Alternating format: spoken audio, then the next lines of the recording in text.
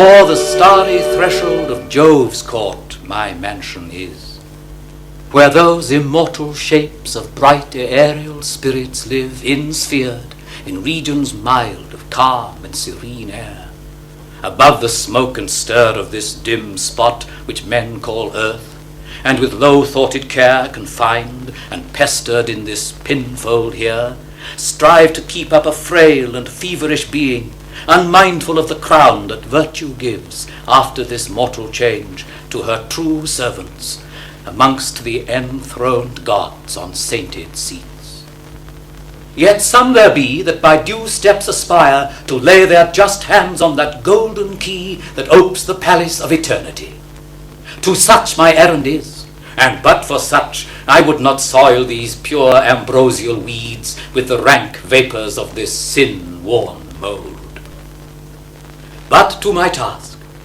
Neptune, besides the sway of every salt flood and each ebbing stream, took in by lot twixt high and nether Jove imperial rule of all the sea-girt isles that like to rich and various gems inlay the unadorned bosom of the deep, which he to grace his tributary gods by course commits to several government, and gives them leave to wear their sapphire crowns and wield their little tridents.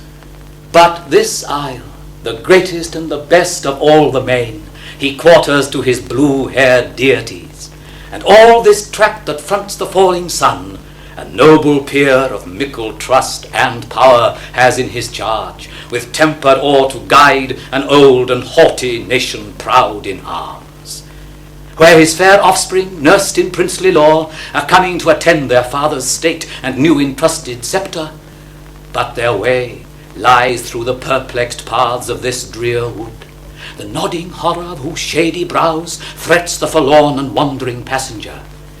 And here their tender age might suffer peril, but that by quick command from sovereign Jove I was dispatched for their defence and guard.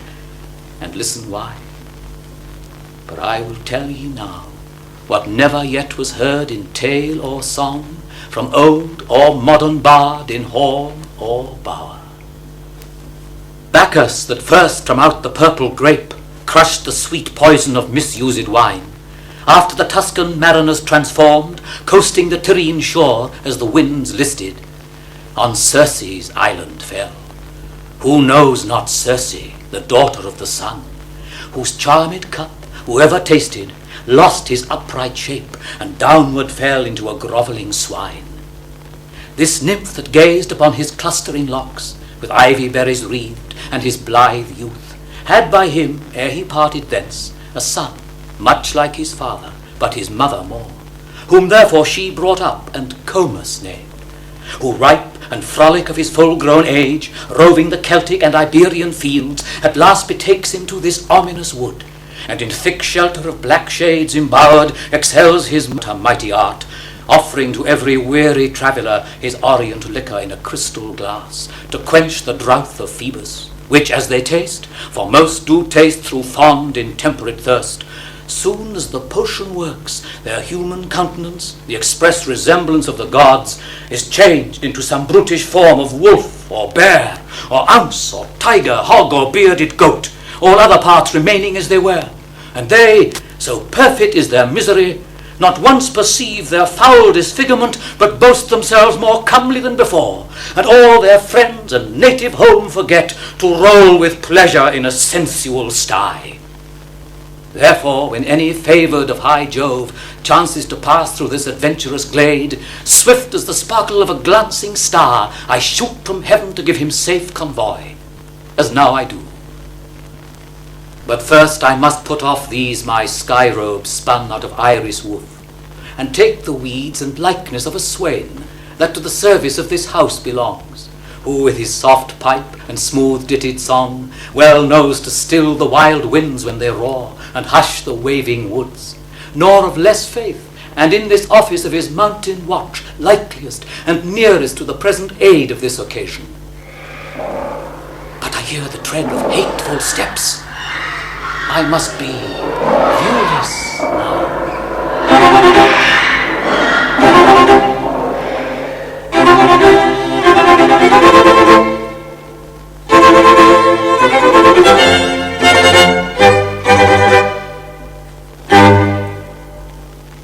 The star that bids the shepherd fold now the top of heaven doth hold, and the gilded car of day his glowing axle doth allay in the steep Atlantic stream, and the slope sun his upward beam shoots against the dusky pole, pacing toward the other goal of his chamber in the east. Meanwhile, welcome joy and feast, midnight shout and revelry, tipsy dance and jollity. Braid your locks with rosy twine, dropping odours, dropping wine. Rigour now is gone to bed, and advice with scrupulous head, strict age and sour severity, with their grave sores in slumber lie. We that are of purer fire imitate the starry choir, who in their nightly watchful spheres lead in swift round the months and years. The sounds and seas with all their finny drove now to the moon in wavering morris move, and on the tawny sands and shelves trip the pert fairies and the dapper elves. By dimpled brook and fountain brim the wood nymphs decked with daisies trim their merry wakes and pastimes keep. What hath night to do with sleep? Night hath better sweets to prove. Venus now wakes and wakens love. Come, let us our rites begin. 'Tis only daylight that makes sin, which these dun shades will ne'er report. Hail, goddess of nocturnal sport, dark-veiled Cotito, to whom the secret flame of midnight torches burns. Mysterious dame that ne'er art cold, but when the dragon womb of Stygian darkness pets her thickest bloom, and makes one blot of all the air. Stay thy cloudy ebon chair, wherein thou ridest with Hecate, and befriend us thy vowed priests, till utmost end of all thy dues be done, and none left out, ere the blabbing eastern scout the nice morn on the Indian steep from her cabined loophole peep, and to the telltale sun descry our concealed solemnity.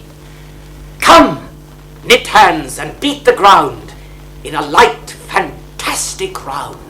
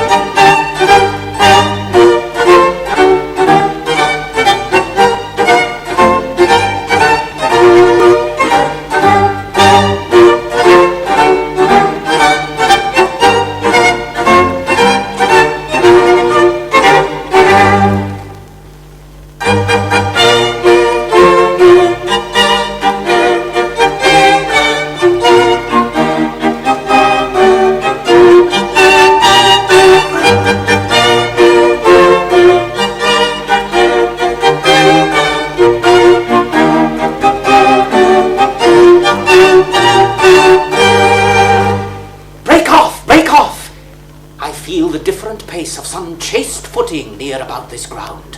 Run to your shrouds, within these brakes and trees our number may affright. Some virgin, sure, for so I can distinguish by mine art, benighted in these woods.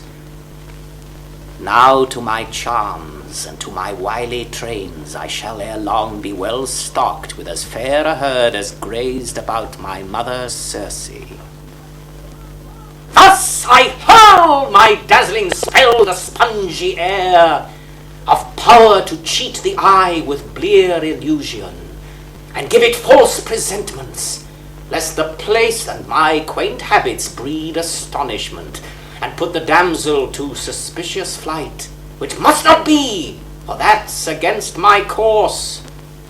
I, under fair pretence of friendly ends, and well-placed words of glozing courtesy, baited with reasons not unplausible, wind me into the easy-hearted man, and hug him into snares. When once her eye hath met the virtue of this magic dust, I shall appear some harmless villager, whom thrift keeps up about his country gear. But here she comes. I fairly step aside, and hearken, if I may, her business here. This way the noise was, if mine ear be true, my best guide now. Methought it was the sound of riot and ill-managed merriment, such as the jocund flute or gamesome pipe stirs up among the loose unlettered hinds, when for their teeming flocks and granges full, in wanton dance they praise the bounteous Pan, and thank the gods amiss. I should be loath to meet the rudeness and swilled insolence of such late wassailers. Yet, oh, where else shall I inform my unacquainted feet in the blind mazes of this tangled wood? My brothers, when they saw me wearied out with this long way, resolving here to lodge under the spreading favour of these pines, stepped, as they said, to the next thicket side to bring me berries, or such cooling fruit as the kind, hospitable woods provide. They left me then, when the grey-hooded even, like a sad votarist in Palmer's weed, rose from the hindmost wheels of Phoebus' wain. But where they are, and why they came not back, is now the labour of my thoughts. 'Tis likeliest they had engaged their wandering steps too far, and envious darkness, ere they could return, had stole them from me.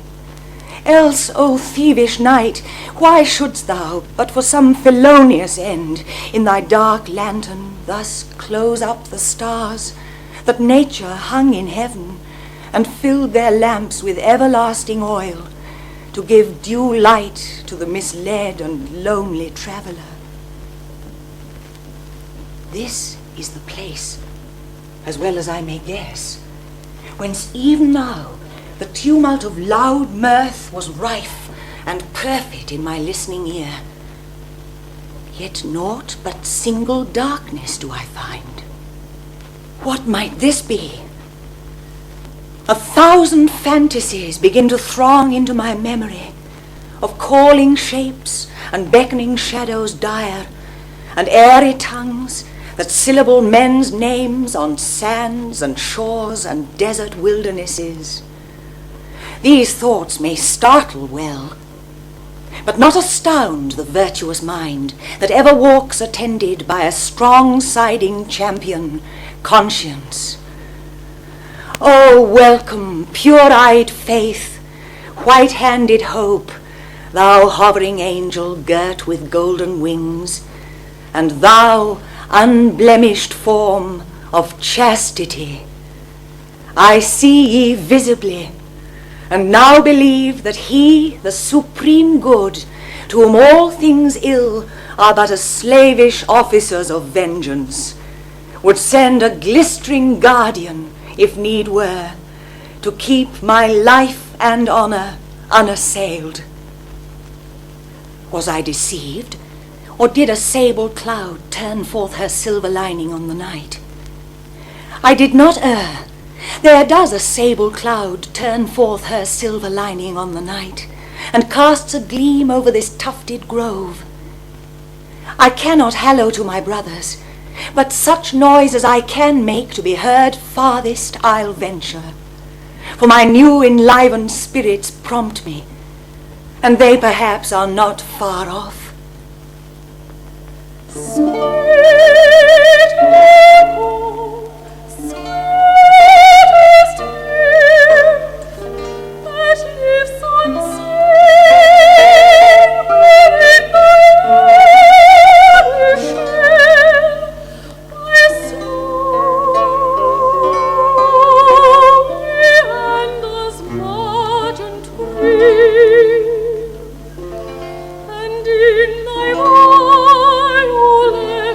Embroidered name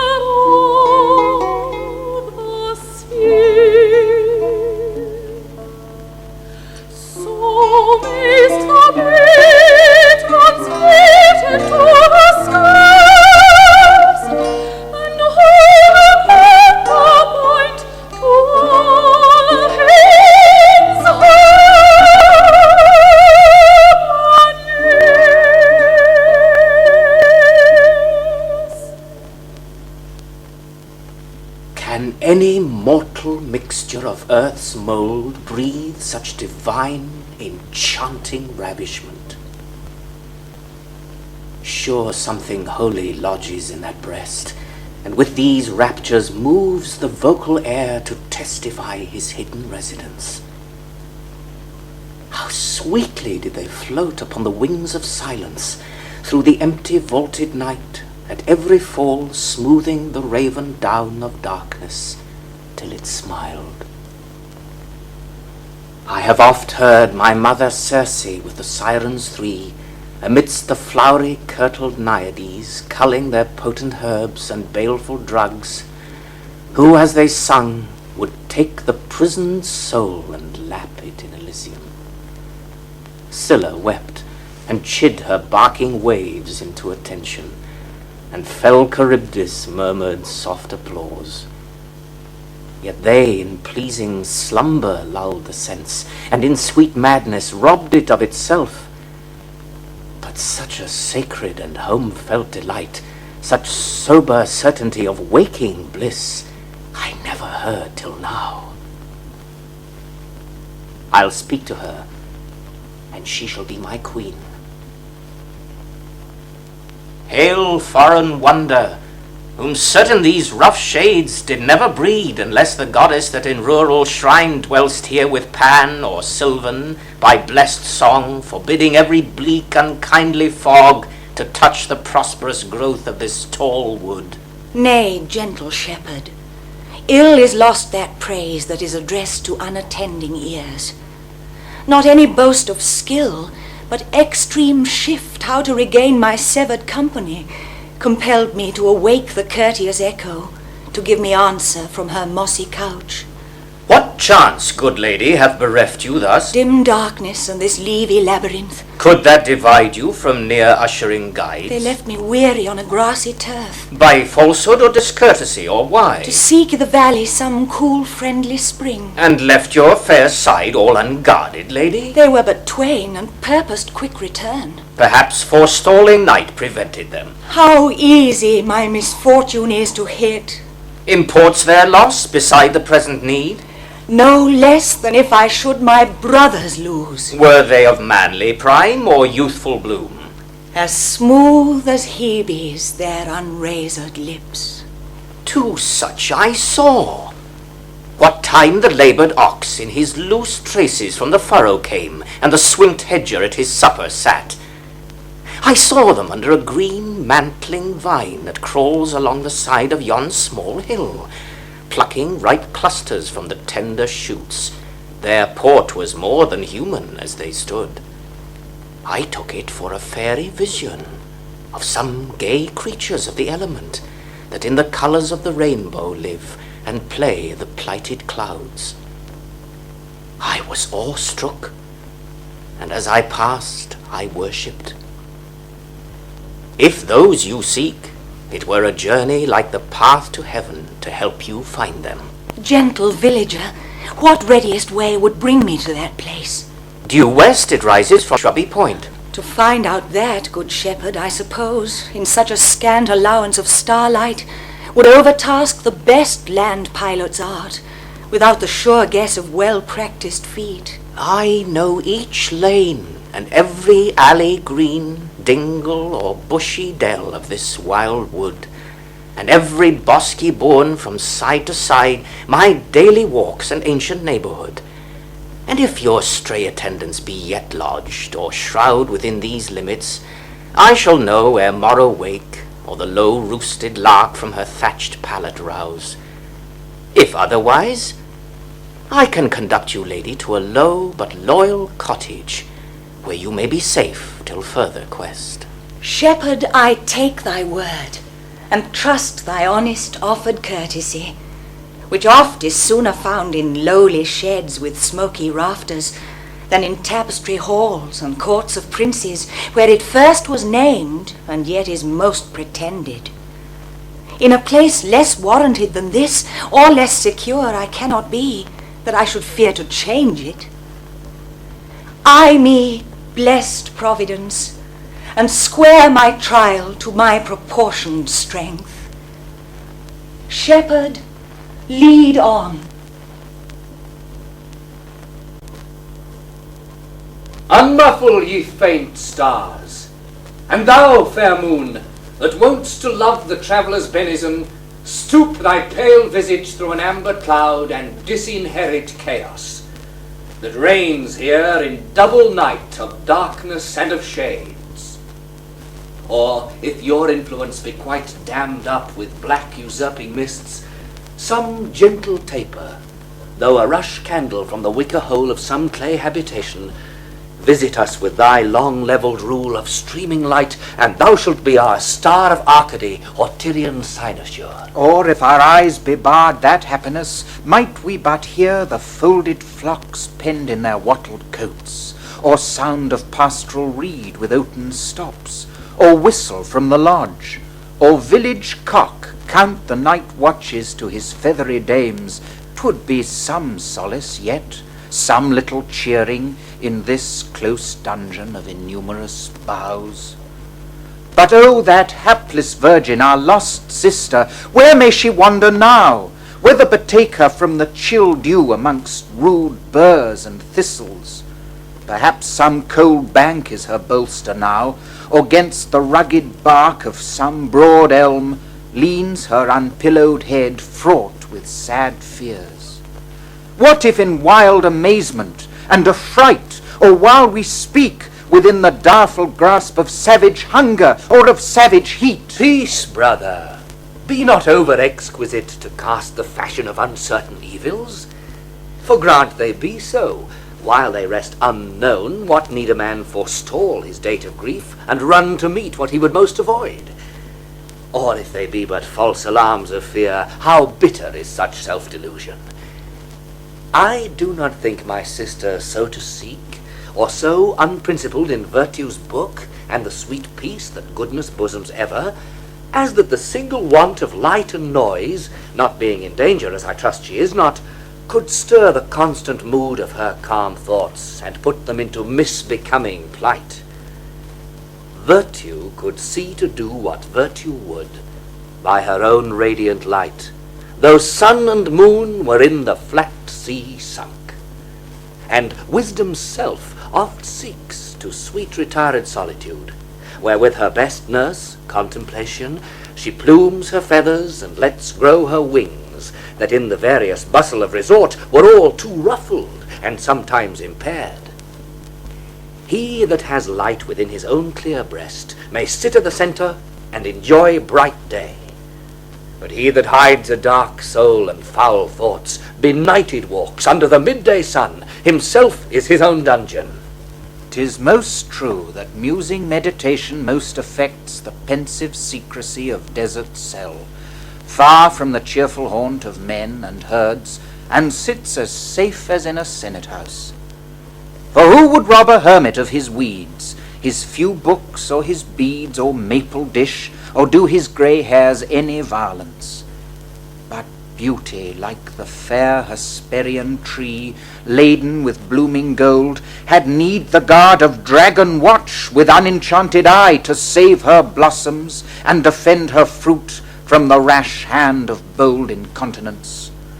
You may as well spread out the unsunned heaps of miser's treasure by an outlaw's den, and tell me it is safe, as bid me hope danger will wink on opportunity, and let a single helpless maiden pass uninjured in this wild surrounding waste.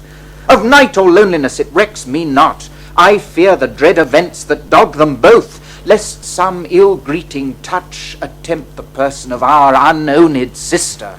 I do not, brother, infer as if I thought my sister's state secure without all doubt or controversy. Yet where an equal poise of hope and fear does arbitrate the event, my nature is that I incline to hope rather than fear, and gladly banish squint suspicion. My sister is not so defenceless left as you imagine. She has a hidden strength which you remember not. What hidden strength? Unless the strength of heaven, if you mean that. I mean that too, but yet a hidden strength, which if heaven gave it, may be termed her own. 'Tis chastity, my brother, chastity. She that has that is clad in complete steel, and like a quivered nymph with arrows keen, may trace huge forests and unharbored heaths, infamous hills and sandy perilous wilds, where through the sacred rays of chastity no savage fierce, bandit or mountaineer will dare to soil her virgin purity. Yea, there where very desolation dwells, by grots and caves shagged with horrid shades, she may pass on with unblenched majesty, be it not done in pride or in presumption. Some say, no evil thing that walks by night, in fog or fire, by lake or moorish fen, blue meagre hag or stubborn unlaid ghost, that breaks his magic chains at curfew time, no goblin or swart fairy of the mine hath hurtful power or true virginity. Do ye believe me yet? Or shall I call antiquity from the old schools of Greece to testify the arms of chastity? Hence had the huntress Dian her dread bow, fair silver-shafted queen for ever chaste, wherewith she tamed the brinded lioness and spotted mountain pard, but set at naught the frivolous bolt of Cupid. Gods and men feared her stern frown, and she was queen of the woods. What was that snaky-headed Gorgon shield that wise Minerva wore, unconquered virgin, wherewith she freezed her foes to congealed stone, but rigid looks of chaste austerity, and noble grace that dashed brute violence with sudden adoration and blank awe? So dear to heaven is saintly chastity, that when a soul is found sincerely so, 1,000 liveried angels lackey her, driving far off each thing of sin and guilt, and in clear dream and solemn vision tell her of things that no gross ear can hear, till oft converse with heavenly habitants begin to cast a beam on the outward shape, the unpolluted temple of the mind, and turns it by degrees to the soul's essence, till all be made immortal. But when lust, by unchaste looks, loose gestures, and foul talk, but most by lewd and lavish act of sin, lets in defilement to the inward parts, the soul grows clotted by contagion, embodies and embrutes, till she quite lose the divine property of her first being. Such are those thick and gloomy shadows damp, oft seen in charnel vaults and sepulchres, lingering, and sitting by a new-made grave, as loath to leave the body that it loved, and linked itself by carnal sensuality to a degenerate and degraded state. How charming is divine philosophy, not harsh and crabbed as dull fools suppose, but musical as is Apollo's lute, and a perpetual feast of nectared sweets where no crude surfeit reigns. Hello! Hello! List, list! I hear some far-off hallow break the silent air. Methought so too. What should it be? For certain, either someone like us night foundered here, or else some neighbour woodman, or at worst some roving robber calling to his fellows. Heaven keep my sister. Hello!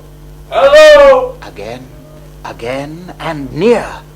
Best draw and stand upon our guard. I'll hallow. If he be friendly, he comes well. If not, defence is a good cause, and heaven before us. Hello! That hallow I should know. What are you? Speak! Come not too near, you fall on iron stakes, else. What voice is that? My young lord?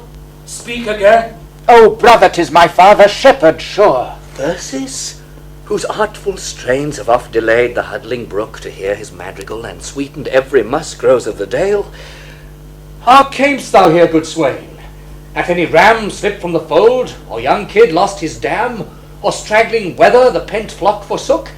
How couldst thou find this dark sequestered nook? Oh, my loved master's heir and his next joy, I came not here on such a trivial toy as a strayed ewe, or to pursue the stealth of pilfering wolf. Not all the fleecy wealth that doth enrich these downs is worth a thought to this my errand and the care it brought. But, oh, my virgin lady, where is she? How chance she is not in your company? To tell thee sadly, shepherd, without blame or our neglect, we lost her as we came. Ay, me unhappy, then my fears are true. What fears, good Thyrsis? Prithee briefly show. I'll tell ye. 'Tis not vain or fabulous. though so esteemed by shallow ignorance, what the sage poet taught by the heavenly muse storied of old in high immortal verse, of dire chimeras and enchanted isles, and rifted rocks whose entrance leads to hell, for such there be, but unbelief is blind. Within the navel of this hideous wood, immured in cypress shades, a sorcerer dwells, of Bacchus and of Circe born, great Comus, deep skilled in all his mother's witcheries, and here to every thirsty wanderer by sly enticement gives his baneful cup with many murmurs mixed, whose pleasing poison the visage quite transforms of him that drinks, and the inglorious likeness of a beast fixes instead, unmoulding reason's mintage charactered in the face. This have I learnt, tending my flocks hard by in the hilly crofts that brow this bottom glade, whence night by night he and his monstrous rout are heard to howl like stabled wolves or tigers at their prey, doing abhorred rites to Hecate in their obscured haunts of inmost bowers. Yet have they many baits and guileful spells to inveigle and invite the unwary sense of them that pass unweeting by the way. This evening late by then the chewing flocks attain their supper on the savoury herb of knot grass dew besprent, and were in fold. I sate me down to watch upon a bank with ivy canopied, and interwove with flaunting honeysuckle, and began, wrapped in a pleasing fit of melancholy, to meditate my rural minstrelsy, till fancy had her fill. But ere a close, the wonted roar was up amidst the woods, and filled the air with barbarous dissonance, at which I ceased and listened them a while, till an unusual stop of sudden silence gave respite to the drowsy, frighted steeds that draw the litter of close-curtained sleep. At last a soft and solemn breathing sound rose like a steam of rich distilled perfumes, and stole upon the air, that even silence was took ere she was ware, and wished she might deny her nature, and be never more still to be so displaced. I was all ear, and took in strains that might create a soul under the ribs of death. But ere long, too well I did perceive it was the voice of my most honoured lady, your dear sister. Amazed I stood, harrowed with grief and fear. And oh, poor hapless nightingale, thought I, how sweet thou sing'st, how near the deadly snare. Then down the lawns I ran with headlong haste, through paths and turnings often trod by day, till guided by mine ear I found the place where that damned wizard hid in sly disguise, for so by certain signs I knew, had met already ere my best speed could prevent the aidless innocent lady his wished prey, who gently asked if he had seen such too, supposing him some neighbour villager. Longer I durst not stay, but soon I guessed ye were the two she meant. With that I sprung into swift flight till I had found you here, but further know I not. O night and shades, how are ye joined with hell in triple knot against the unarmed weakness of one virgin, alone and helpless?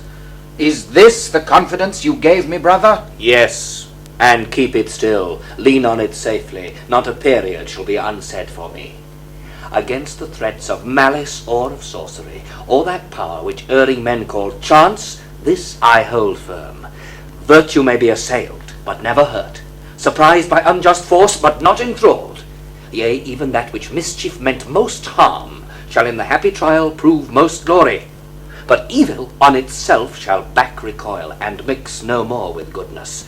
When at last, gathered like scum and settled to itself, it shall be in eternal restless change, self-fed and self-consumed.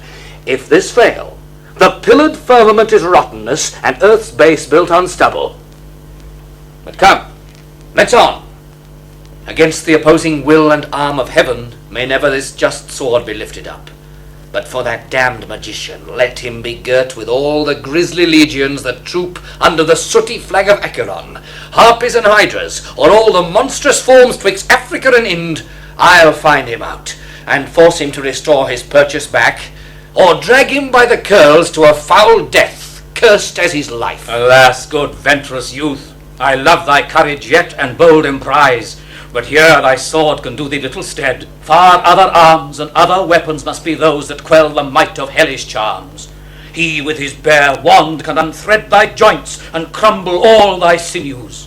Why, prithee, shepherd, how durst thou then thyself approach so near as to make this relation? Care and utmost shifts, how to secure the lady from surprisal, brought to my mind a certain shepherd lad, of small regard to see to, yet well skilled in every virtuous plant and healing herb that spreads her verdant leaf to the morning ray. He loved me well, and oft would beg me sing, which when I did, he on the tender grass would sit and hearken even to ecstasy, and in requital ope his leathern scrip and show me simples of 1,000 names, telling their strange and vigorous faculties. Amongst the rest a small unsightly root, but of divine effect, he culled me out. The leaf was darkish and had prickles on it, but in another country, as he said, bore a bright golden flower, but not in this soil. Unknown and like esteemed, and the dull swain treads on it daily with his clouted shoon. And yet more medicinal is it than that moly that Hermes once to wise Ulysses gave. He called it Hemony, and gave it me, and bade me keep it as of sovereign use gainst all enchantments, mildew blast, or damp or ghastly fury's apparition. I pursed it up, but little reckoning made, till now that this extremity compelled, but now I find it true. For by this means I knew the foul enchanter, though disguised, entered the very lime twigs of his spells, and yet came off. If you have this about you, as I will give you when we go, you may boldly assault the necromancer's hall, where if he be, with dauntless hardihood and brandished blade, rush on him, break his glass, and shed the luscious liquor on the ground. But seize his wand, though he and his cursed crew fierce sign of battle make and menace high, or like the sons of Vulcan vomit smoke, yet will they soon retire if he but shrink. Persis, lead on apace. I'll follow thee. And some good angel bear a shield before us.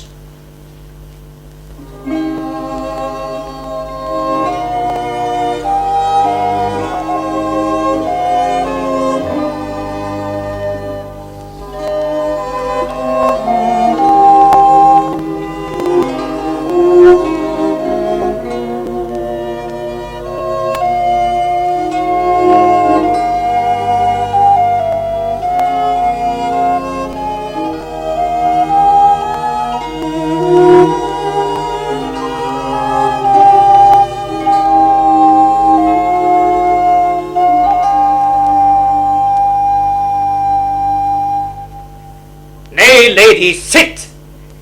If I but wave this wand, your nerves are all chained up in alabaster, and you a statue.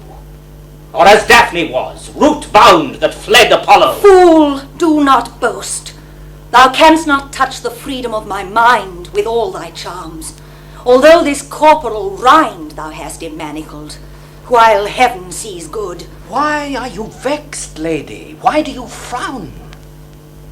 Here dwell no frowns nor anger, from these gates sorrow flies far.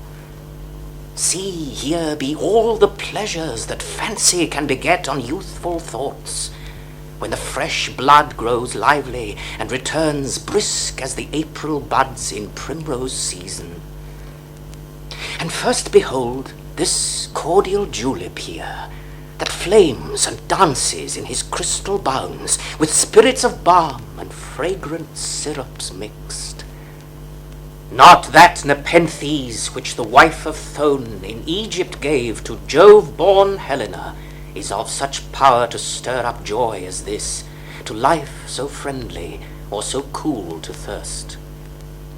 Why should you be so cruel to yourself, and to those dainty limbs which nature lent for gentle usage and soft delicacy? But you invert the covenants of her trust, and harshly deal like an ill borrower with that which you received on other terms, scorning the unexempt condition by which all mortal frailty must subsist. Refreshment after toil, ease after pain, that have been tired all day without repast, and timely rest have wanted. But fair virgin, this will restore all soon. 'Twill not, false traitor. 'Twill not restore the truth and honesty that thou hast banished from thy tongue with lies. Was this the cottage and the safe abode thou toldst me of? What grim aspects are these oogly-headed monsters? Mercy guard me! Hence with thy brood enchantments, foul deceiver! Hast thou betrayed my credulous innocence with visored falsehood and base forgery? And wouldst thou seek again to trap me here with liquorish baits fit to ensnare a brute? Were it a draught for Juno when she banquets, I would not taste thy treasonous offer. None but such as are good men can give good things, and that which is not good is not delicious to a well-governed and wise appetite. O foolishness of men, that lend their ears to those budge doctors of the stoic fur, and fetch their precepts from the cynic tub, praising the lean and sallow abstinence. Wherefore did nature pour her bounties forth with such a full and unwithdrawing hand, covering the earth with odours, fruits, and flocks, thronging the seas with spawn innumerable, but all to please and sate the curious taste, and set to work millions of spinning worms, that in their green shops weave the smooth-haired silk to deck her sons, and that no corner might be vacant of her plenty, in her own loins she hutched the all-worshipped ore, and precious gems to store her children with. If all the world should in a pet of temperance feed on pulse, drink the clear stream, and nothing wear but freeze, the all-giver would be unthanked, would be unpraised, not half his riches known, and yet despised, and we should serve him as a grudging master, as a penurious niggard of his wealth, and live like nature's bastards, not her sons, who would be quite surcharged with her own weight, and strangled with her waste fertility. The earth cumbered and the winged air darked with plumes, the herds would over-multitude their lords, the sea o'erfraught would swell, and the unsought diamonds would so emblaze the forehead of the deep, and so bestud with stars, that they below would grow inured to light, and come at last to gaze upon the sun with shameless brows. List, lady, be not coy, and be not cozened with that same vaunted name, virginity. Beauty is nature's coin, must not be hoarded, but must be current, and the good thereof consists in mutual and partaken bliss, unsavoury in the enjoyment of itself. If you let slip time, like a neglected rose, it withers on the stalk with languished head. Beauty is nature's brag, and must be shown in courts, at feasts, at high solemnities, where most may wonder at the workmanship. It is for homely features to keep home. They had their name thence. Coarse complexions and cheeks of sorry grain will serve to ply the sampler, and to tease the hussif's wool. What need a vermeil tinctured lip for that, love-darting eyes, or tresses like the morn? There was another meaning in these gifts. Think what, and be advised. You are but young yet.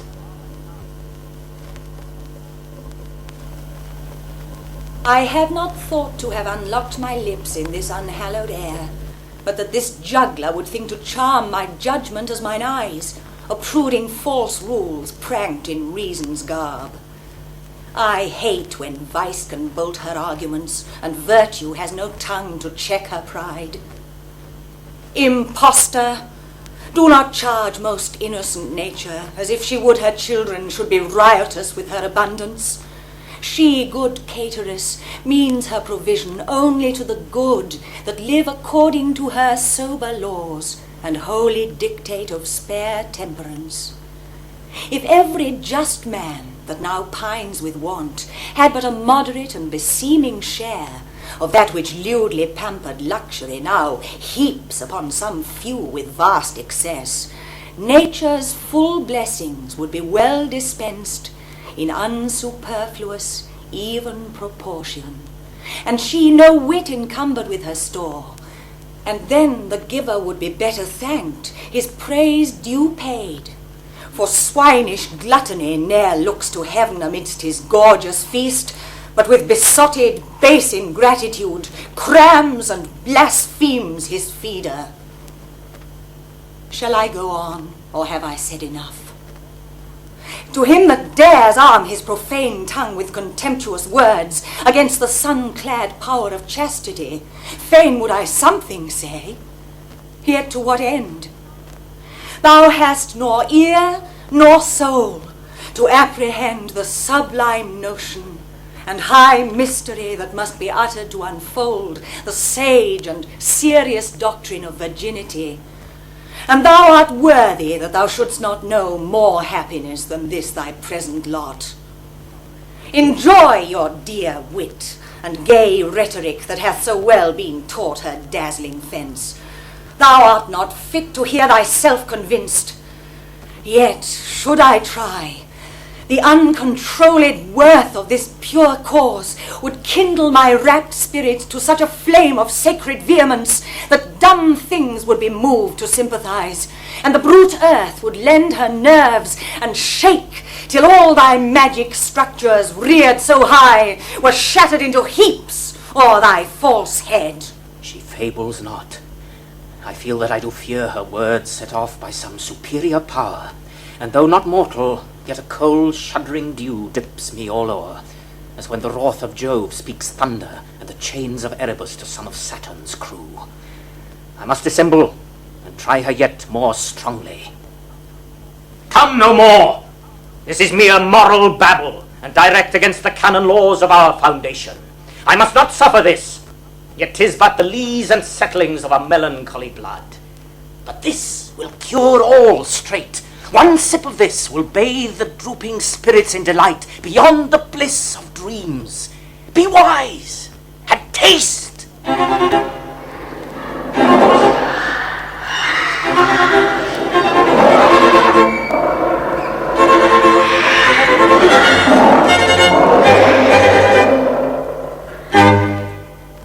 What, have you let the false enchanter escape? Oh, ye mistook.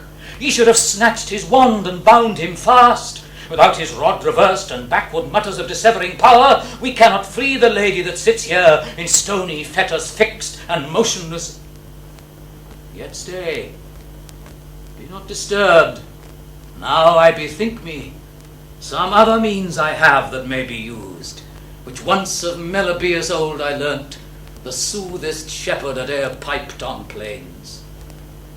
There is a gentle nymph not far from hence, that with moist curb sways the smooth Severn stream. Sabrina is her name, a virgin pure. Whilom she was the daughter of Locrine, that had the sceptre from his father Brute. She, guiltless damsel, flying the mad pursuit of her enraged stepdam Gwendolen, commended her fair innocence to the flood that stayed her flight with his cross-flowing course. The water nymphs that in the bottom played held up their pearled wrists and took her in, bearing her straight to aged Nereus' hall, who, piteous of her woes, reared her lank head and gave her to his daughters to embathe in nectared lavers strewed with asphodel, and through the porch and inlet of each sense dropped in ambrosial oils till she revived, and underwent a quick immortal change, made goddess of the river. Still she retains her maiden gentleness, and oft at eve visits the herds along the twilight meadows, helping all urchin blasts and ill-luck signs that the shrewd meddling elf delights to make, which she with precious violed liquors heals. For which the shepherds at their festivals carol her goodness loud in rustic lays, and throw sweet garland wreaths into her stream of pansies, pinks, and gaudy daffodils. And, as the old swain said, she can unlock the clasping charm and thaw the numbing spell if she be right invoked in warbled song. For maidenhood she loves, and will be swift to aid a virgin, such as was herself in hard besetting need. This will I try, and add the power of some adjuring verse.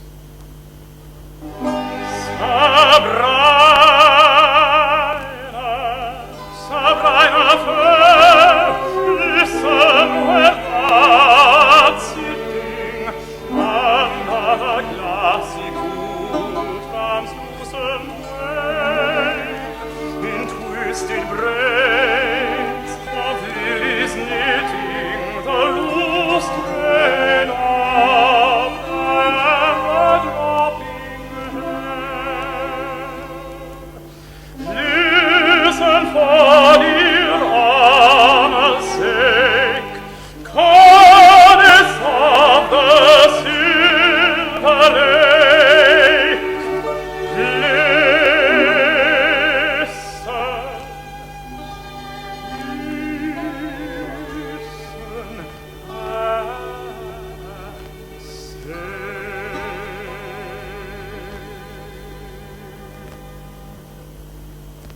listen and appear to us in name of great Oceanus, by the earth-shaking Neptune's mace, and Tethys' grave majestic pace, by hoary Nereus' wrinkled look, and the Carpathian wizard's hook, by scaly Triton's winding shell, and old soothsaying Glaucus' spell, by Leucothia's lovely hands, and her son that rules the strands, by Thetis' tinsel-slippered feet, and the songs of sirens sweet, by dead Parthenope's dear tomb, and fair Ligeia's golden comb, wherewith she sits on diamond rocks, sleeking her soft alluring locks, by all the nymphs that nightly dance upon thy streams with wily glance.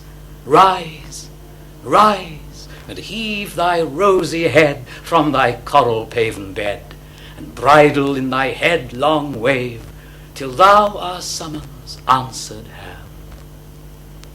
Listen and save.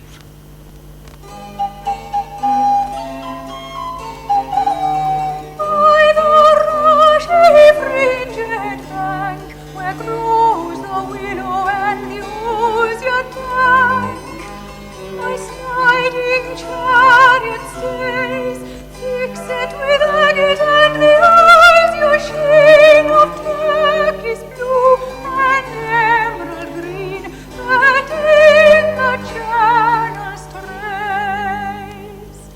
Whilst from off the water's fleet, thus I set my printless feet o'er the cowslip's velvet head, that bends not as I tread.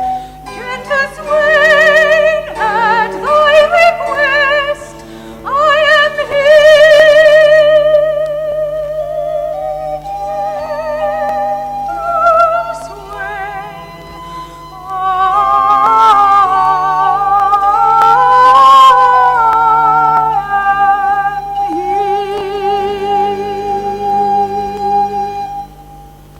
Goddess dear, we implore thy powerful hand to undo the charmed band of true virgin, here distressed through the force and through the wile of unblessed enchanter vile. Shepherd, 'tis my office best to help ensnared chastity. Brightest lady, look on me. Thus I sprinkle on thy breast drops that from my fountain pure I have kept of precious cure. Thrice upon thy finger's tip, thrice upon thy rubid lip, next this marble venomed seat, smeared with gums of glutinous heat, I touch with chaste palms moist and cold. Now the spell hath lost his hold, and I must haste ere morning hour to wait in Amphitrite's bar. Virgin, daughter of Locrine, sprung of old Anchises' line, may thy brimmed waves for this their full tribute never miss, from 1,000 petty rills that tumble down the snowy hills. Summer drought or singed air never scorch thy tresses fair, nor wet October's torrent flood thy molten crystal fill with mud. May thy billows roll ashore the beryl and the golden ore. May thy lofty head be crowned with many a tower and terrace round, and here and there thy banks upon with groves of myrrh and cinnamon. Come, lady, while heaven lends us grace, let us fly this cursed place, lest the sorcerer us entice with some other new device. Not a waste or needless sound till we come to holier ground. I shall be your faithful guide through this gloomy covert wide. And not many furlongs thence is your father's residence, where this nighter met in state many a friend to gratulate his wished presence, and beside all the swains that there abide with jigs and rural dance resort. We shall catch them at their sport, and our sudden coming there will double all their mirth and cheer. Come, let us haste, the stars grow high, but night sits monarch yet in the mid-sky.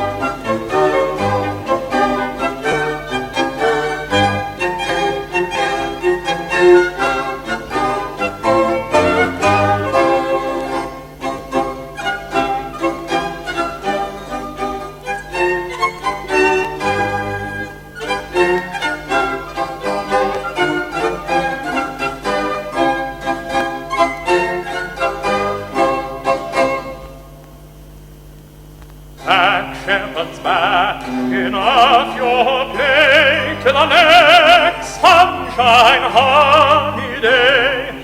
Here be, without duck or nod, are the trippings to be trod, of light toes and such court guise as Mercury did first devise, with the mincing dryads, all the lords and all the lees.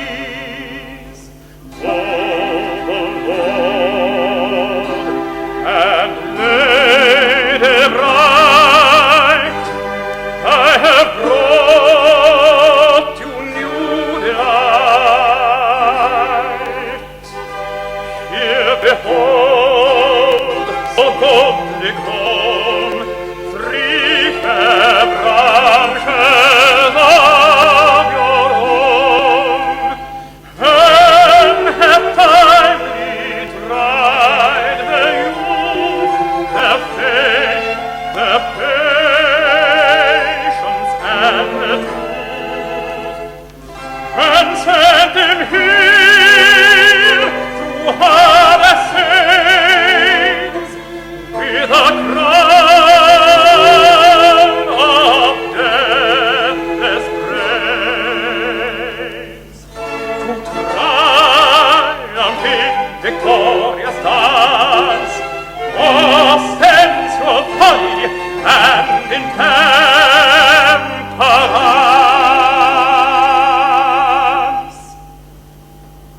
To the ocean now I fly, and those happy climes that lie where day never shuts his eye, up in the broad fields of the sky. There I suck the liquid air, all amidst the gardens fair of Hesperus and his daughters 3 that sing about the golden tree. Along the crisped shades and bowers revels the spruce and jocund spring. The graces and the rosy bosomed hours thither all their bounties bring. There eternal summer dwells, and west winds with musky wing about the cedarn alleys fling nard and cassia's balmy smells. Iris there with humid bow waters the odorous banks that blow flowers of more mingled hue than her purfled scarf can show, and drenches with Elysian dew.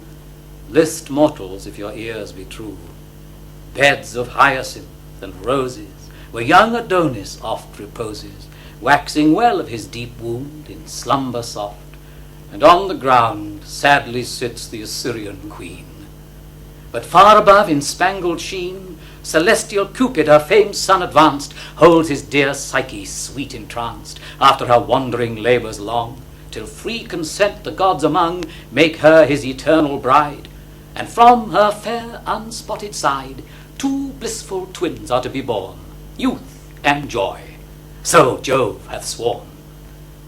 Now my task is smoothly done. I can fly or I can run quickly to the green earth's end, where the bold welkin slow doth bend, and from thence can soar as soon to the corners of the moon. Mortals that would follow me, love virtue, she alone is free. She can teach you how to climb higher than the spirit time. Nor if hurt you feeble world, heaven itself would stoop to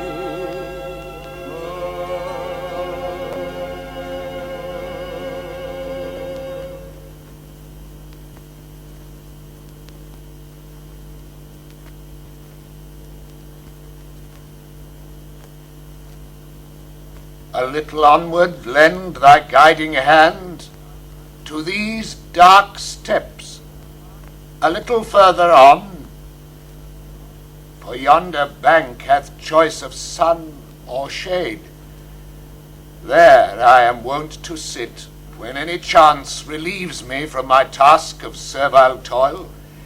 Daily in the common prison else enjoined me, where I a prisoner chained scarce freely draw the air imprisoned also, close and damp, unwholesome draught. But here I feel amends, the breath of heaven fresh blowing, pure and sweet, with dayspring born. Here leave me to respire. This day a solemn feast the people hold to Dagon their sea idol, and forbid laborious works. Unwillingly this rest their superstition yields me. Hence, with leave, retiring from the popular noise, I seek this unfrequented place to find some ease. Ease to the body some, none to the mind, from restless thoughts that like a deadly swarm of hornets armed, no sooner found alone, but rush upon me thronging, and present times past, what once I was, and what am now. Oh, wherefore was my birth from heaven foretold twice by an angel, who at last in sight of both my parents all in flames ascended from off the altar, where an offering burned, as in a fiery column charioting his godlike presence, and from some great act or benefit revealed to Abraham's race? Why was my breeding ordered and prescribed, as of a person separate to God, designed for great exploits? If I must die betrayed, captived, and both my eyes put out, made of my enemies the scorn and gaze, to grind in brazen fetters under task with this heaven-gifted strength, oh, glorious strength, put to the labor of a beast, debased lower than bond-slave. Promise was that I should Israel from Philistine yoke deliver. Ask for this great deliverer now, and find him eyeless in Gaza at the mill with slaves, himself in bonds under Philistine yoke. Yet stay, let me not rashly call in doubt divine prediction. What if all foretold had been fulfilled but through mine own default? Whom have I to complain of but myself, who this high gift of strength committed to me, in what part lodged, how easily bereft me under the seal of silence, could not keep, but weakly to a woman must reveal it, or come with importunity and tears. O impotence of mind, in body strong! But what is strength without a double share of wisdom? Vast, unwieldy, burdensome, proudly secure, yet liable to fall by weakest subtleties, not made to rule, but to subserve where wisdom bears command. God, when he gave me strength to show withal how slight the gift was, hung it in my hair. But peace, I must not quarrel with the will of highest dispensation, which herein haply had ends above my reach to know. Suffices that to me strength is my bane, proves the source of all my miseries, so many, and so huge that each apart would ask a life to wail. But chief of all, O loss of sight, of thee I most complain. Blind among enemies, oh, worse than chains, dungeon, or beggary, or decrepit age. Light, the prime work of God, to me is extinct, and all her various objects of delight annulled, which might impart my grief of ease. Inferior to the vilest now become of man or worm, The vilest here excel me. They creep, yet see. I dark in light, exposed to daily fraud, contempt, abuse, and wrong, within doors or without, still as a fool, in power of others, never in my own. Scarce half I seem to live, dead more than half. Oh, dark, dark,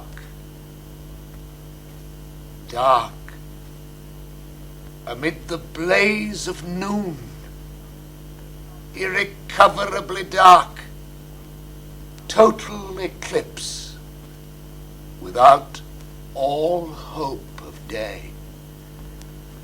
O first created beam, and thou great word, let there be light, and light was over all. Why am I thus bereaved thy prime decree?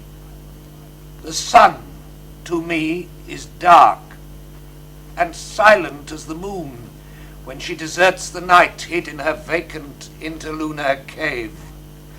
Since light so necessary is to life, and almost life itself, if it be true that light is in the soul, she all in every part, why was the sight to such a tender ball as the eye confined, so obvious and so easy to be quenched, and not as feeling through all parts diffused, that she might look at will through every pore?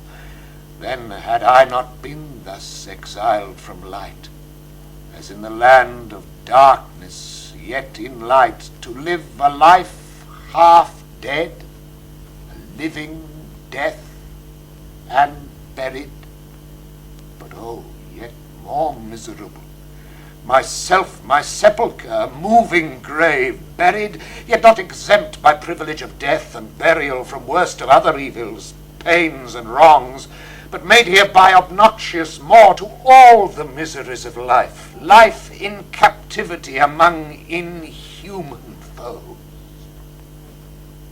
But who are these? For with joint pace I hear the tread of many feet steering this way. Perhaps my enemies who come to stare at my affliction, and perhaps to insult, their daily practice to afflict me more. This is he. Softly a while, let us not break in upon him. Oh, change beyond report, thought, or belief. See how he lies at random, carelessly diffused, with languished head uncropped, as one past hope, abandoned, and by himself given over, in slavish habit, ill-fitted weeds, or worn and soiled. Or do my eyes misrepresent? Can this be he, that heroic, that renowned, irresistible Samson, whom unarmed no strength of man or fiercest wild beast could withstand, who tore the lion as the lion tears the kid, ran on embattled armies clad in iron, and weaponless himself made arms ridiculous, useless the forgery of brazen shield and spear, the hammered cuirass, Calibean tempered steel, and frock of mail, adamantian proof. But safest he who stood aloof, when insupportably his foot advanced, in scorn of their proud arms and warlike tools, spurned them to death by troops. But who is this? What thing of sea or land? Female of sex, it seems, that so bedecked, ornate and gay, comes this way, sailing like a stately ship of Tarsus, bound for the isles of Java nor Gadir, with all her bravery on and tackle trim, sails filled and streamers waving, courted by all the winds that hold them play. An amber scent of odorous perfume, her harbinger, a damsel train behind. Some rich Philistine matron she may seem, and now at nearer view, no other certain than Delilah, thy wife. My wife, my traitress, let her not come near me. Yet on she moves, now stands and eyes thee fixed, about to have spoke. But now, with head declined, like a fair flower surcharged with dew, she weeps, and words addressed seem into tears dissolved, wetting the borders of her silken veil. But now again she makes address to speak. With doubtful feet and wavering resolution I came, still dreading thy displeasure, Samson, which to have merited without excuse I cannot but acknowledge. Yet if tears may expiate, though the fact more evil drew in the perverse event than I foresaw, my penance hath not slackened, though my pardon no way assured. But conjugal affection prevailing over fear and timorous doubt hath led me on, desirous to behold once more thy face, and know of thy estate.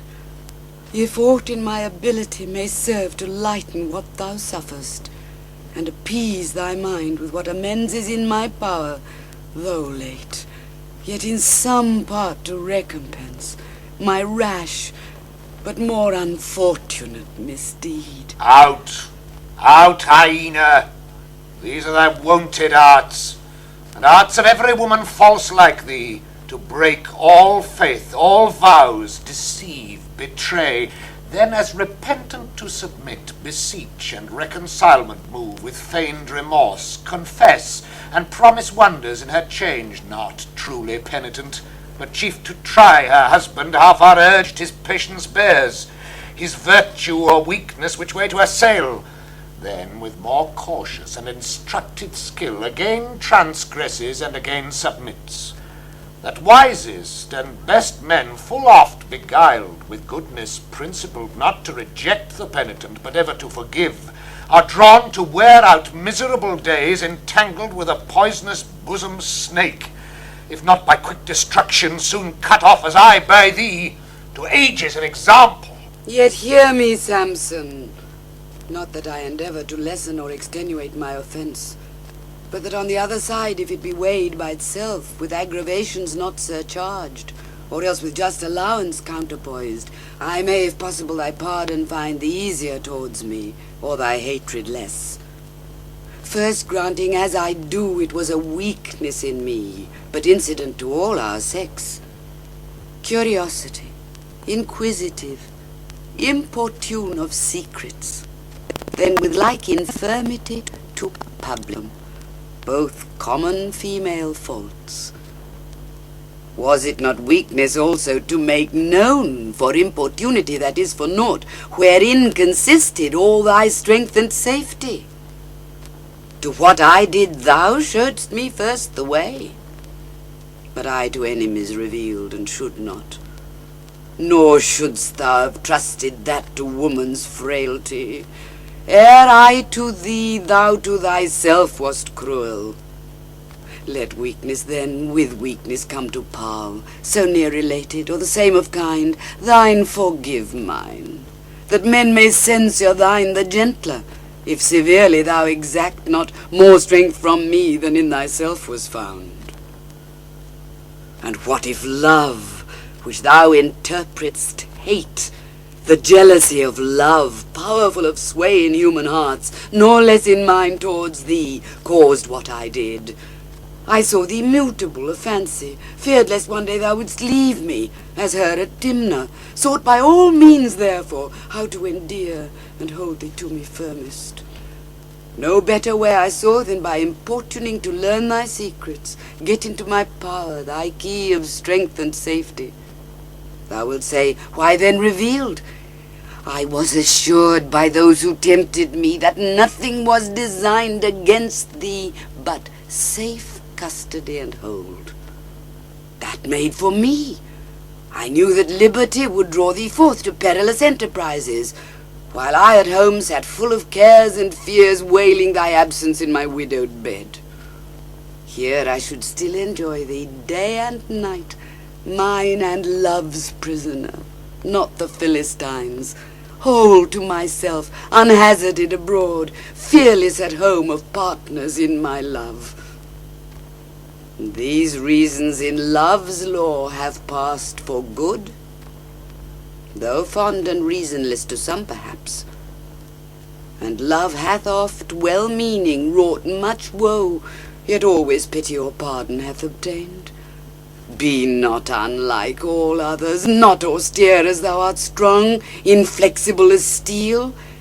If thou in strength all mortals dost exceed, in uncompassionate anger do not so. How cunningly the sorceress displays her own transgressions to upbraid me mine. That malice, not repentance, brought thee hither, by this appears. I gave, thou say'st, the example, I led the way. Bitter reproach, but true. I to myself was false ere thou to me. Such pardon, therefore, as I give my folly, take to thy wicked deed, which when thou seest impartial, self-severe, inexorable, thou wilt renounce thy seeking, and much rather confess it feigned.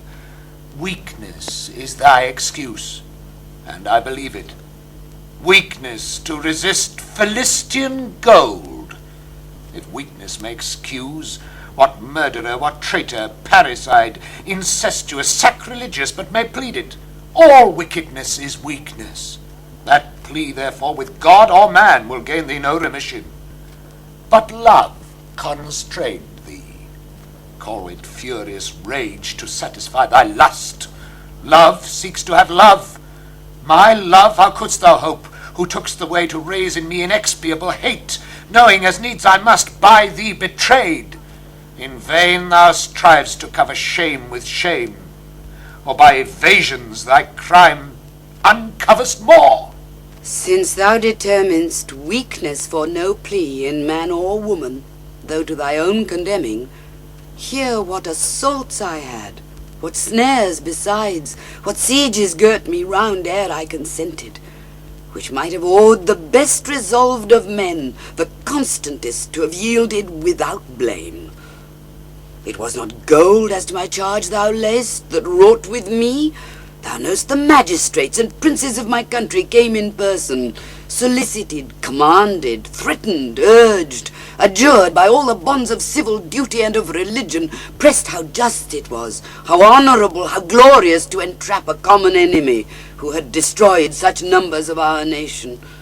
And the priest was not behind, but ever at my ear, preaching how meritorious with the gods it would be to ensnare an irreligious dishonourer of Dagon. What had I to oppose against such powerful arguments? Only my love of thee held long debate, and combated in silence all these reasons with hard contest. At length that grounded maxim, so rife and celebrated in the mouths of wisest men, that to the public good private respects must yield, with grave authority took full possession of me and prevailed. Virtue, as I thought, truth, duty, so enjoining. I thought where all thy circling wiles would end, in feigned religion, smooth hypocrisy. But had thy love, still odiously pretended, been as it ought sincere, it would have taught thee far other reasonings, brought forth other deeds. I, before all the daughters of my tribe and of my nation, chose thee from among my enemies, loved thee as too well thou knewst, too well unbosomed all my secrets to thee, not out of levity, but overpowered by their request, who could deny thee nothing. Yet now am judged an enemy. Why then didst thou at first receive me for thy husband? Then, as since then, thy country's foe professed. Being once a wife, for me thou wast to leave parents and country. Nor was I their subject, nor under their protection, but my own. Thou mine, not theirs. If aught against my life thy country sought of thee, it sought unjustly, against the law of nature, law of nations, no more thy country, but an impious crew of men conspiring to uphold their state by worse than hostile deeds, violating the ends for which our country is a name so dear, not therefore to be obeyed. But zeal moved thee, to please thy gods thou didst it. gods unable to acquit themselves and prosecute their foes, but by ungodly deeds, the contradiction of their own deity, gods cannot be, less therefore to be pleased, obeyed, or feared. These false pretexts and varnished colours failing, bear in thy guilt how foul must thou appear. In argument with men, a woman ever goes by the worse, whatever be her cause. For want of words, no doubt, or lack of breath, witness when I was worried with thy peals. I was a fool, too rash and quite mistaken in what I thought would have succeeded best. Let me obtain forgiveness of thee, Samson. Afford me place to show what recompense towards thee I intend for what I have misdone, misguided. Only what remains past cure, bear not too sensibly, nor still insist to afflict thyself in vain. Though sight be lost, life yet hath many solaces, enjoyed where other senses want not their delights, at home in leisure and domestic ease, exempt from many a care and chance, to which eyesight exposes daily men abroad. I to the Lords will intercede, not doubting their favourable ear, that I may fetch thee from forth this loathsome prison house, to abide with me, where my redoubled love and care, with nursing diligence, to me glad office, may ever tend about thee to old age, with all things grateful cheered, and so supplied, that what by me thou hast lost, thou least shalt miss. No, no, of my condition take no care. It fits not. Thou and I long since are twain. Nor think me so unwary or accursed to bring my feet again into the snare where once I have been caught. I know thy trains, though dearly to my cost, thy gins and toils, thy fair enchanted cup and warbling charms no more on me have power. Their force is nulled. So much of adder's wisdom I have learnt to fence my ear against thy sorceries. If in my flower of youth and strength, when all men loved, honoured, feared me, thou alone could hate me, thy husband, slight me, sell me, and forego me, how wouldst thou use me now, blind, and thereby deceivable in most things as a child, helpless, thence easily contemned and scorned, and last neglected? How wouldst thou insult when I must live uxorious to thy will, in perfect thraldom? How again betray me, bearing my words and doings to the Lords to gloss upon, and censuring, frown or smile? This jail I count the house of liberty, to thine, whose doors my feet shall never enter. Let me approach at least, and touch thy hand. Not for thy life, lest fierce remembrance wake my sudden rage to tear thee joint by joint. At distance I forgive thee, go with that. Bewail thy falsehood and the pious works it hath brought forth to make thee memorable among illustrious women, faithful wives. Cherish thy hastened widowhood with the gold of matrimonial treason. So farewell. I see thou art implacable, more deaf to prayers than winds and seas. Yet winds to seas are reconciled at length, and sea to shore. Thy anger unappeasable still rages, eternal tempest never to be calmed. Why do I humble thus myself, and suing for peace reap nothing but repulse and hate? Bid go with evil omen, and the brand of infamy upon my name denounced? To mix with thy concernments I desist henceforth, nor too much disapprove my own. Fame, if not double-faced, is double-mouthed, and with contrary blast proclaims most deeds. On both his wings, one black, the other white, bears greatest names in his wild airy flight. My name perhaps among the circumcised, in Dan, in Judah, and the bordering tribes, to all posterity may stand defamed, with malediction mentioned, and the blot of falsehood most unconjugal traduced. But in my country, where I most desire, in Ekron, Gaza, Ashdod, and in Gath, I shall be named among the famousest of women, sung at solemn festivals, living and dead recorded, who, to save her country from a fierce destroyer, chose above the faith of wedlock bands. My tomb with odours visited and annual flowers, not less renowned than in Mount Ephraim, Jael, who with inhospitable guile smote Sisera sleeping through the temples nailed. Nor shall I count it heinous to enjoy the public marks of honour and reward conferred upon me for the piety which to my country I was judged to have shown. At this, whoever envies or repines, I leave him to his lot, and like my own. She's gone. A manifest serpent by her sting, discovered in the end, till now concealed. So let her go. God sent her to debase me, and aggravate my folly, who committed to such a viper his most sacred trust of secrecy, my safety, and my life.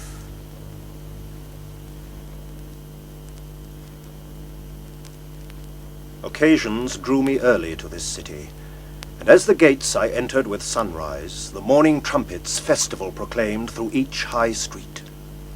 Little I had dispatched, when all abroad was rumoured that this day Samson should be brought forth to show the people proof of his mighty strength in feats and games. I sorrowed at his captive state, but minded not to be absent at that spectacle. The building was a spacious theatre, half round on two main pillars, vaulted high, with seats where all the lords and each degree of sort might sit in order to behold. The other side was open, where the throng on banks and scaffolds under sky might stand. I among these aloof obscurely stood. The feast and noon grew high, and sacrifice had filled their hearts with mirth, high cheer, and wine, when to their sports they turned. Immediately was Samson as a public servant brought, in their state livery clad. Before him pipes and timbrels, on each side went armoured guards, both horse and foot before him and behind, archers and slingers, cataphracts and spears. At sight of him, the people with a shout rifted the air, clamouring their God with praise, who had made their dreadful enemy their thrall. He, patient but undaunted, where they led him, came to the place, and what was set before him, which without help of eye might be essayed, to heave, pull, draw, or break, he still performed all with incredible, stupendious force, none daring to appear antagonist. At length, for intermission's sake, they led him between the pillars. He, his guide, requested, for so from such as nearer stood we heard, as overtired, to let him lean a while with both his arms on those two massy pillars, that to the arched roof gave main support. He, unsuspicious, led him, which, when Samson felt in his arms, with head a while inclined, and eyes fast fixed he stood, as one who prayed, or some great matter in his mind revolved. At last, with head erect, thus cried aloud, "Hitherto, lords, what your commands imposed I have performed as reason was, obeying, not without wonder or delight beheld. Now of my own accord such other trial I mean to show you of my strength, yet greater, as with amaze shall strike all who behold." This uttered, straining all his nerves, he bowed, as with the force of winds and waters pent when mountains tremble, those two massy pillars with horrible convulsion to and fro he tugged, he shook, till down they came and drew the whole roof after them, with burst of thunder upon the heads of all who sat beneath, lords, ladies, captains, councillors, or priests, their choice nobility and flower, not only of this, but each Philistian city round, met from all parts to solemnize this feast. Samson, with these immixed, inevitably pulled down the same destruction on himself. The vulgar only escaped who stood without. O dearly bought revenge, yet glorious! Living or dying, thou hast fulfilled the work for which thou wast foretold to Israel, and now liest victorious among thy slain, self-killed, not willingly, but tangled in the fold of dire necessity, whose law in death conjoined thee with thy slaughtered foes in number more than all thy life had slain before. While their hearts were jocund and sublime, drunk with idolatry, drunk with wine, and fat regorged of bulls and goats, chanting their idol and preferring before our living dread, who dwells in Silo his bright sanctuary. Among them he a spirit of frenzy sent, who hurt their minds, and urged them on with mad desire to call in haste for their destroyer. They only set on sport and play, unwittingly importuned their own destruction to come speedy upon them. So fond are mortal men fallen into wrath divine, as their own ruin on themselves to invite, insensate left, or to sense reprobate, and with blindness internal struck. But he, though blind of sight, despised and thought extinguished quite, with inward eyes illuminated, his fiery virtue roused from under ashes into sudden flame, and as an evening dragon came, assailant on the perched roosts and nests in order ranged of tame velatic fowl. But as an eagle, his cloudless thunder bolted on their heads. So virtue, given for lost, depressed and overthrown as seemed, like that self-begotten bird in the Arabian woods embossed, that no second knows nor third, and lay erewhile a holocaust, from out her ashy womb now teemed, revives, reflourishes, then vigorous most, when most unactive deemed. And though her body die, her fame survives, a secular bird, ages of lives. Come, come, no time for lamentation now, nor much more cause. Samson hath quit himself like Samson, and heroically hath finished a life heroic. On his enemies fully revenged, hath left them years of mourning, and lamentation to the sons of Captor through all Philistine bounds. To Israel honour hath left, and freedom. Let but them find courage to lay hold on this occasion. To himself and father's house eternal fame, and which is best and happiest yet, all this with God not parted from him as was feared, but favouring and assisting to the end.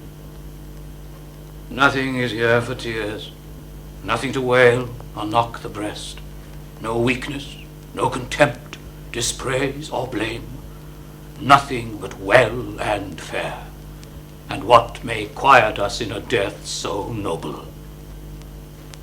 Let us go find the body where it lies, soaked in his enemy's blood, and from the stream with lavers pure and cleansing herbs wash off the clotted gore.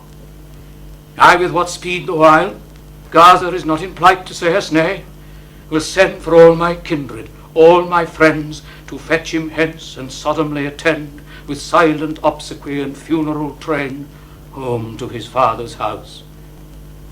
There will I build him a monument, and plant it round with shade of laurel evergreen, and branching palm, with all his trophies hung, and acts enrolled in copious legend or sweet lyric song.